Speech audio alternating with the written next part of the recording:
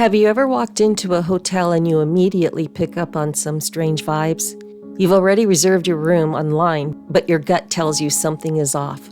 Like most people, you ignore that gut feeling and check in anyway. So now you're in your room and the hair on your arms stand up. You get a sense of being watched by someone or something. You tell yourself to ignore the unease, but it's there, lingering all around you. You're in a tough position now. Get the hell out of there and get another room or tough it out. What would you do? Hello, welcome. Thank you for joining me on another night filled with tales of terror. Tonight's stories are all about haunted hotels and how they came about being haunted. But before we get started, I just want to say hello. My name is Roberta Griffin, and I thank you for checking out my channel, Scary Girl Griffin. I also want to let you know that everything that you hear on this channel is either factual, fictional, or somewhere in between. But I will also let you know at the end of each video just what it is that you listen to. So before we get started, get comfortable, click the like and subscribe buttons, turn down the lights, and let's begin.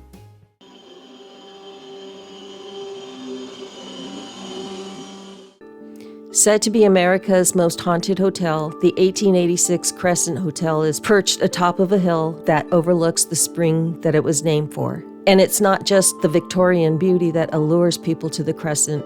It just may be the array of spectral presences roaming the halls and grounds of this hotel. Built in 1886, the Crescent originated as a classy hotel for the elite, but in 1908 it became the Crescent College and Conservatory for young women.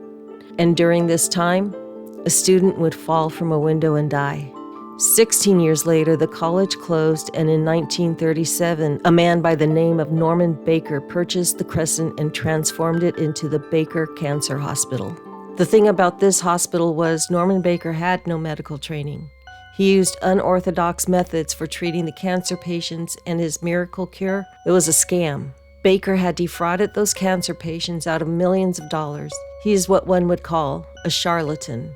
All of Baker's patients had no close relatives, which was how he wanted it. And he promised these patients that if they weren't cured within 6 weeks, they didn't have to pay for his services. Baker's miracle cure consisted of a combination of ingredients that included watermelon seeds, corn silk, and clover. He would inject his fake elixir through a hole in the patient's skulls, and he would isolate the patients being tortured in a wing he referred to as the psychiatric ward. More than 40 people died inside the building while under his care. Attempts were made to stop Baker by the authorities and other doctors, but he always somehow managed to carry on with his fake practice.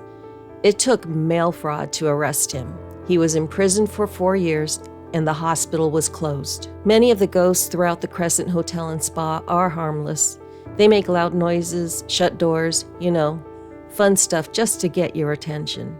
There was a spirit by the name of Theodora that has been spotted in room 419. Witnesses have stated that Theodora will politely introduce herself as a cancer patient, then vanish. There is Michael, though. It's said that Michael was a stonemason that worked on building the Crescent. While he was working on the roof, he lost his footing and fell to his death. From time to time, he makes his presence known in room 218, the area where he fell. People that have stayed at the Crescent report seeing a nurse pushing a gurney while on the 3rd floor. Other reports include seeing the ghosts of the doctors, nurses, patients, and even pets. Then there is the morgue.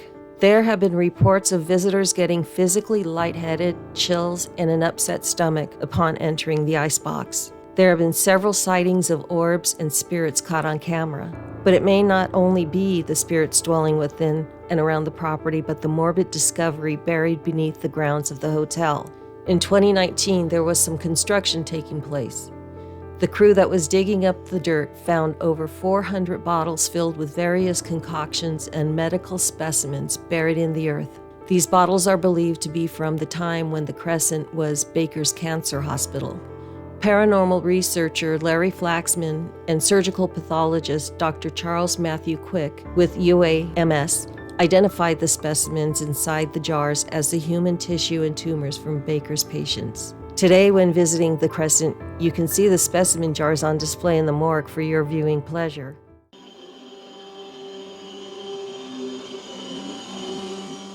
It was 1947 in Louisiana when 20-year-old Luke Bennett's family owned a large tobacco plantation, making them one of the richest families in the area.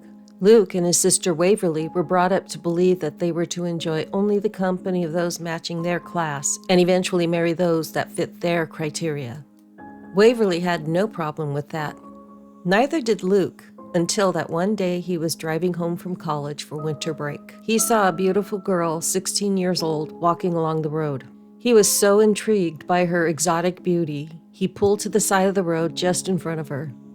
This scared her, but she held her head up, attempting to look unafraid. Luke approached her, offering her a ride. She politely refused as she walked past him. He had to know who she was. He asked her to wait and talk with him for a second. She was becoming more afraid. She didn't want to be seen standing there talking with Luke, but she didn't want to upset him either. After some prodding, he learned her name was Darlene Sims, and her father worked for his father on the plantation. She was on her way to bring him some lunch. Luke told Darlene that it was silly for her to walk since they were headed to the same place, so he convinced her to get into his car. Together they drove to Luke's family home. Luke made several attempts at conversation, but Darlene mostly gave one-word answers. When they got to the property's entrance, Darlene suggested Luke let her out of the car. He understood what she was trying to say without coming right out and saying it, but he refused. He drove her all the way to the front of the house where his mother was watching from inside through the large picture window. Darlene exited the car and thanked Luke for the ride. Luke smiled at her as they went their separate ways. Sadly, his smile faded when he saw his mother's look of disapproval. After some berating by his family, Luke got into his car and drove away, but first he drove over to where Darlene might be, and there she was with her father. Darlene was sitting next to her father while he ate his lunch. At the sight of Luke, her father stood up and asked what he could do for him. Luke was polite and offered to drive Darlene back to her home since he was heading to town. This time, Darlene looked straight into Luke's eyes and saw kindness and sincerity. She looked at her father. He was apprehensive, not wanting to make any trouble with Luke's father. Luke assured him all would be fine, and after a few moments of reassurance, Darlene's father agreed. So Luke escorted Darlene to his car. He held the car door open for her, waiting for her to get into the car, then shutting it. Happy, he skipped over to the driver's side and got in. On their way into town, Luke asked her if she would accompany him to dinner. She told him he was crazy. He assured her that times were changing and it would all be fine. She agreed and asked Luke if she could stop at home to change into a nicer dress. Luke did exactly as she asked. In town, Luke and Darlene walked into a restaurant together. To Luke's shock, Darlene was turned away. This upset Luke to the point of violence. He ended up punching the restaurant owner. His name was Fred Willis. That led to two bouncers getting in a couple licks on Luke before physically throwing him and Darlene out of the establishment. Darlene was mortified and only wanted to go home, but Luke chose a different option.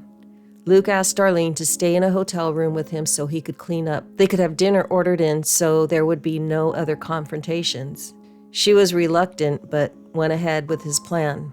They took a room at the Louisiana Motel, now called the Louisiana Bed and Breakfast. Luke took off his dirty and bloody shirt as Darlene sat nervously in a chair. Luke apologized to her for the horrendous treatment. He vowed to end that behavior since he was studying to become an attorney. They didn't realize it, but Fred watched as the two of them went into the hotel room. Disgusted, he grabbed his shotgun, marched to their hotel room, and knocked. Luke opened the door to a shotgun in his face. Darlene gasped in terror. Fred told the couple that he was in his right to end them both right now because they were obviously breaking the law. Both pleaded with him and tried to explain their innocence. He didn't care. It seemed he was out for blood. With two pulls of the trigger, Darlene and Luke were no more. The police were called and Fred was arrested. He was sentenced to 6 months in jail. Now, the motel has been transformed into a lovely bed and breakfast. The owners that live on the property use the story of Luke and Darlene for marketing and usually have a lengthy waiting list for renting room 2, the room they were murdered in.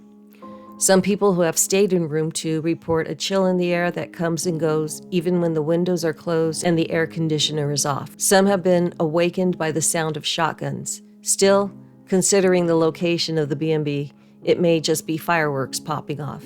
Then there is the crying. People have felt a heavy sadness inside the room and have heard a woman sobbing.